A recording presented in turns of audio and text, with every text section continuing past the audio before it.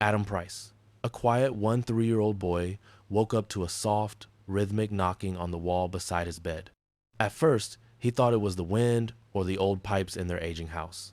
But the sound was too steady: 3 knocks, a pause, then 3 more. He got up, pressed his ear to the cold wall, and felt a faint vibration as if someone was tapping from the other side. His parents dismissed it as imagination, but Adam couldn't shake the feeling that the knocking was meant for him. Over the next nights, the knocking returned, always at exactly 2:14 a.m. Adam began counting the taps 3 sets, each louder than the last. His fear grew when the knocks started mimicking his movements. When he stepped back, the knocking stopped. When he leaned forward, it resumed. He felt watched. His parents checked the house but found nothing. Still, Adam sensed something intelligent behind the wall, something learning him. One night, Adam pressed his ear to the wall and heard more than knocking. A whisper, thin, shaky, said his name. His body froze. He staggered back and cried out for his parents. When they arrived, the house was silent. His father knocked on the wall, and the sound echoed hollowly, as if the wall concealed a deeper space. But according to the house plans, there was nothing behind it but solid structure. Adam knew the whisper was real. Terrified but curious, Adam began sketching what he felt behind the wall. His drawing showed a tall, thin silhouette with elongated hands. Each night, the figure grew clearer, as if Adam was remembering rather than imagining. His mother found the sketches and confronted him, but he insisted he wasn't creating the figure, it was showing itself to him. She took the notebook away, but the next morning a new drawing appeared on its final page, the figure standing beside his bed. The knocking grew aggressive, louder, faster, shaking objects on Adam's shelves. Cups rattled, books fell, and Adam felt his bed vibrate. He screamed, but when his parents arrived, the room fell still. His father stayed in the room that night, determined to prove nothing was wrong. At 2:14 a.m., the wall knocked again, 3 thunderous blows that shook the floor. His father turned pale. "There's something in there," he whispered. Panicked, the family gathered to discuss what was happening. Adam's mother begged to move out, but the father insisted on investigating first. Adam, trembling, admitted that the whisper behind the wall had told him it was almost ready. His parents exchanged horrified looks. What was ready, and why was it speaking only to Adam? The father opened the wall with tools, expecting wires or animals. Instead, he found an impossible empty space, stretching downward like a narrow vertical shaft.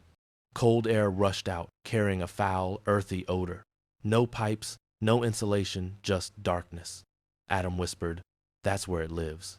From the dark shaft, a voice called Adam's name again, this time louder, clearer, almost impatient. The father stumbled back, dropping the flashlight. It continued repeating the boy's name, stretching the syllables unnaturally. Adam's mother dragged him out of the room, but even in the hallway, the voice echoed through the house. Adam began sleepwalking for the first time in his life. His parents woke to the sound of footsteps at 2:14 a.m. and found him standing before the open wall shaft, eyes blank, leaning forward as if listening to instructions. His father shook him awake, but Adam remembered nothing except it calling for me. One morning, the family woke to find thin scratch marks carved into the wall above Adam's bed. They spelled one sentence: "Let him in." The father insisted Adam must have done it, but the boy swore he hadn't even touched the wall. The scratches were too deep, too straight, as if made by something long and sharp. Desperate, Adam used his phone to record the knocking. When the parents played it back, the sound wasn't knocking, it was breathing. Slow, heavy, and impossibly close to the microphone. The recording ended with a faint whisper saying, "Tonight." At 2:14 a.m., the house shook violently as pounding erupted from the walls, floors, and ceiling at once. Adam sat upright in bed, eyes wide, whispering, "It's here." The family tried to flee, but every door jammed shut. The knocking converged into one point, the open shaft. In a sudden silence, Adam stood and walked calmly toward the shaft. His parents screamed and grabbed him, but an unseen force pulled him forward with impossible strength. He vanished into the darkness. The parents collapsed, helpless, as the knocking abruptly stopped forever. Police found no tunnel, no creature, no sign of Adam. The shaft had vanished, replaced by a solid wall as if it never existed.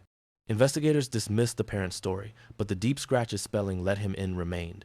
The family moved away, forever haunted by the truth no one believed. Years later, new owners reported hearing knocking at 2:14 a.m.